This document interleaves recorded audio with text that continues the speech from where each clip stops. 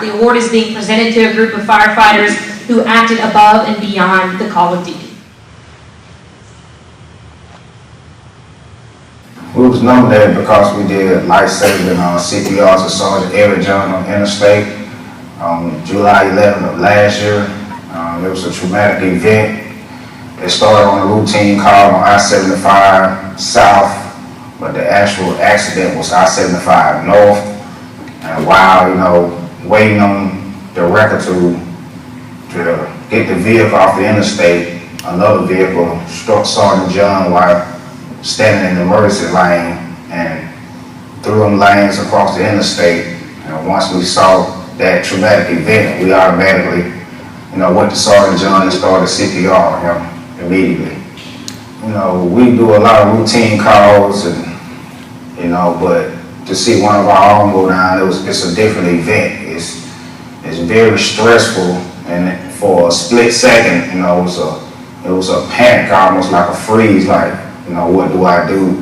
But, after that split second, our training kicked in and we automatically went to, perform CPR on him. And personally, it was very stressful for me, having sleepless nights and couldn't drive on the interstate for a number of weeks. It was very traumatic for me and the rest of the guys. And it was different walking in the fire station. Matter of fact, it was very hard to walk back in the fire station after that happened, because what's going through our mind is, will it happen again? It could have been one of us that day, so it brought about a lot of stressful events in our life.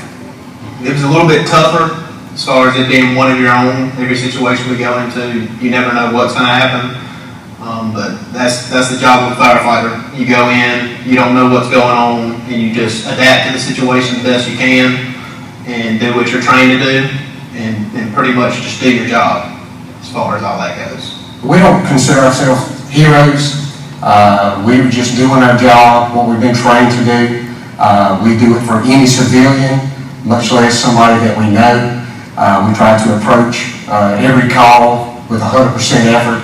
But on that day with Sergeant John, it just hit home a little closer, something that we never thought of doing and hoped that we never would have to do.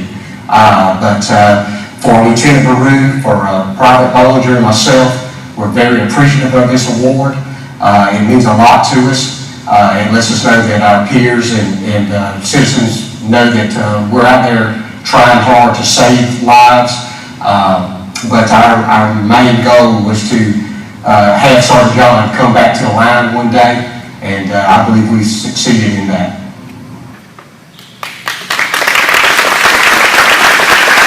Please join me in recognizing the Station 104 crew, Lieutenant Akwasi Maru, Firefighter Ben Bollinger, and Firefighter Sauls for their bravery, courage, and quick thinking skills. And I tried to argue with these guys. They kept telling me we're not heroes, we were just doing our job, and I kept saying, but people, not everyone would do your job. They wouldn't hear any of it. So congratulations, guys.